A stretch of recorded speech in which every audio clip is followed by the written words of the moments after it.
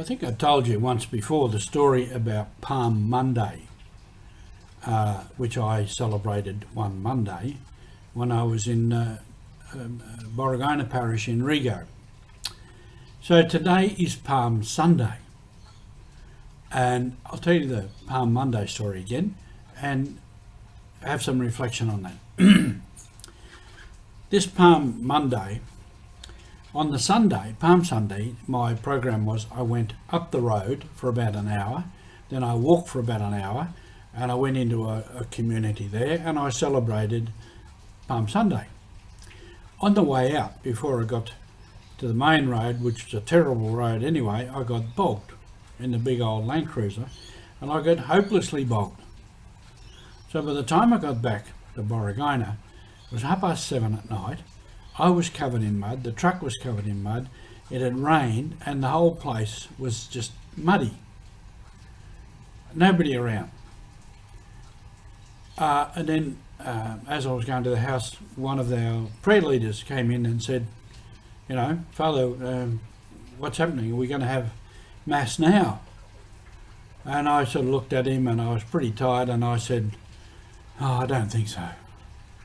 And I said, what if we have it tomorrow morning, like it was a Sunday morning? And just ring the bell and have Mass and the procession and everything at 9 o'clock. He said, yeah, that'll be all right, people will come. So we did that. So I had a good wash up and something to eat, and I had a good sleep, and the next morning we rang the bell. It was a Sunday morning, and we had Palm Monday with the procession, incense, the whole works, and it was quite good. So Palm Monday, Palm Sunday. Once with our calendar, we were doing a calendar of events for Borragona Diocese, and the secretary who was doing the work made a mistake, and she put Ash Wednesday on Thursday. And then I used to often have Ash Wednesday at any time, because all the little communities around the place I wouldn't get to. So the actual days and stuff don't really matter. It's the celebrations that matter, and it's what we celebrate. So we'll have Palm Sunday today because we're in Australia and everything, you know, seems to work all right. But in other places they might have Palm Sunday, they might not. Into that, with, as I said in Rigo, for a couple of years I would be having Ash Wednesday right through Lent. And I thought, this is pretty silly. So then after a year or so, I had a group of men in training as prayer leaders for every village, every outstation. We had a few prayer leaders. So I trained them to do the Ash Wednesday ceremony. And to train them in that, we had some palms and we burnt them, and we had ashes, and we went through the whole ceremony, which I translated into the language for them. And every Ash Wednesday, all around the parish, in all these villages and all these little communities around the place, we had Ash Wednesday.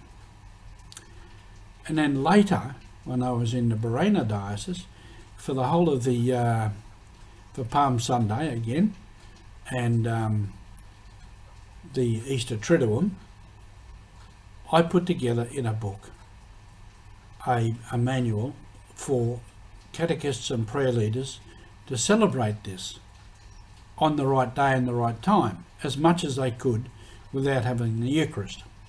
We already had in place a Sunday service, which was led by lay people, led by a team. So the catechist read the gospel and preached.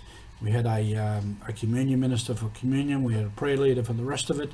We had readers. We had a choir group, string band group, and so they'd celebrate Sunday service.